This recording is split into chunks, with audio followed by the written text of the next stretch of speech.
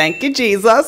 Halo, šoreiz neesmu mainījusi ne tikai savu vārdu, bet arī savu dzīmumu. Vēl joprojām pasē ir rakstīts Natālija. Ar jums kopā ir Paldies Jēzu. Mūsu scenāristu ir piemeklējusi radošā krīze, tāpēc mēs nesāksim ar joku. Thank you, Jesus! Pāvis Francisks ir izdevis rokmūzikas albumu. Albums ir iznācis traumēšanas pakalpojumā Deezer ar nosaukumu Pope Francis Wake Up 11 dziesmas, kuras izpilda mūziķi un komponisti mūsdienu interpretācijā. Tajā ir dzirdama Romas katoļu baznīcas galvas balss.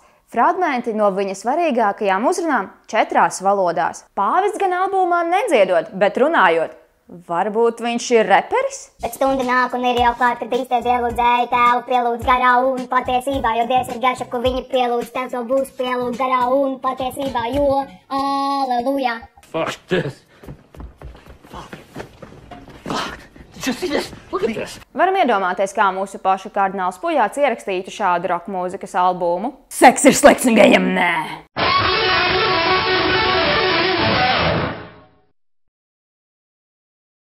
Albums gan galīgi neizklausoties pēc rokmūzikas. Vismaz tā saka BBC žurnālisti Čiči Zundu. Nopietni.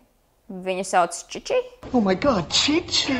Mēs jau nemaz negaidījām, ka tas izklausīsies pēc rokmūzikas. Seks, drāks un rokenrols šeit būs aizvietots ar psalmiem, celibātu un lūkšanām. Thank you, Jesus! Uz Latvijas robežas tiek aizturēti igauņi ar kilogramu kokaīna. Valsts ieņēmuma dienesta muitas policijas pārvaldes darbinieki uz Latvijas-Igaunijas robežas oktobra beigās igauņu mašīnā ir atraduši kilogramu kokaīna. Pastaigāties aizgāja, vienkārši izgāja no mājas ārā un uzreiz jau Rīga vispār neko nesaprot. It kā transports nav vai ne, un tik ātri tas notiek. Vienam Igaunijas iedzīvotājiem tika piespriests drošības līdzeklis. Apcietinājums. Laikam pārāk lēni brauca. Budumts. Tā stulbāsē man ilgi vēl jātur. Rakstā, ko mēs izmantojām virsrakstā, bija minēts, ka policija bija atradusi kilogramu kokaīnu, bet jau turpmākajā tekstā 800 grami. Laikam, kamēr raksts vēl nebija pabeigts, policija operatīvi likvidējusi 200 gramus kokaīna. Tāpat kā viņi ir likvidējuši arī marihuānas laukus. Operatīvi. Mūsu scenāristam izbeidzās joki, tāpēc vienīgais, ko mēs varam minēt, ir to, ka šis aizturētais vīrietis ir dzimis 69. gadā. 69. gadā. Man šķiet, ka mēs esam nožēlojami. Thank you, Jesus! Facebook piedāvā jaunu iespēju, kā aizmirst savu bijušo. Paldies tev, Facebook, nebūtu izdomājis bez tevis, kā to izdarīt. Ok, nākamā ziņa. Nu labi, Facebook mums ļoti bieži piedāvā tādas iespējas, kā paskatīties kopīgos brīžus, mirkļus un visādas bildītes, ko mēs esam darījuši ar bijušajiem, bet saprotiet, tas sapnīgi.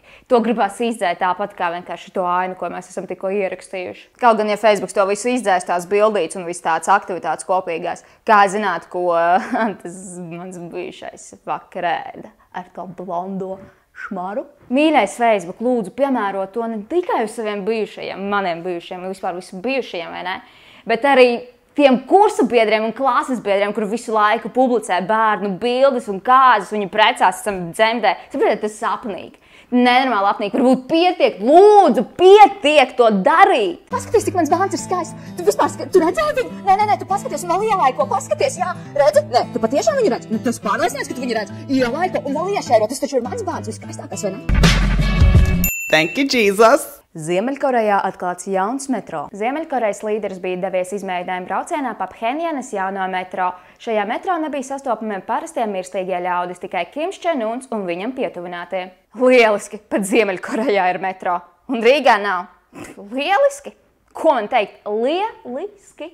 Transporta līdzekļos mēs varam lasīt dažādas lasāmvielas, ko mums piedāvā cilvēki, kas staigā pa vagoniem vai vispār kaut kur viņi staigā pa šo transportu. Un mēs piedāvājam jums iespēju paskatīties, kā būtu Ziemeļkorejā, kur neviens nebraukā, jo tur tikai Kims Čen-uns. Ko viņi lasa, kamēr viņi brauc tajā metro, kurā viņi vispār nebrauc.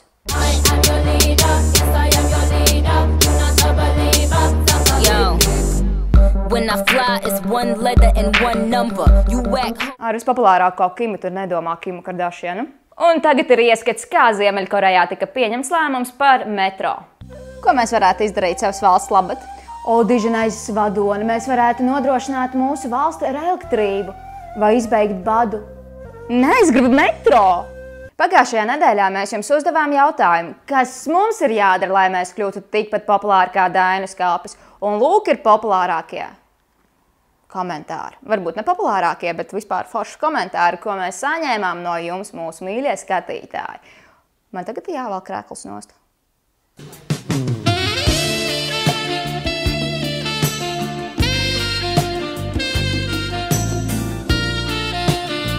Ko tu gaidīji, kas tev tagad kameras priekšā novilkšu krēklu?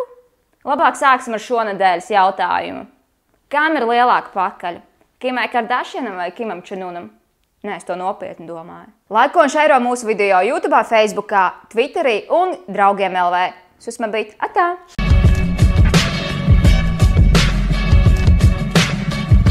Thank you, Jesus.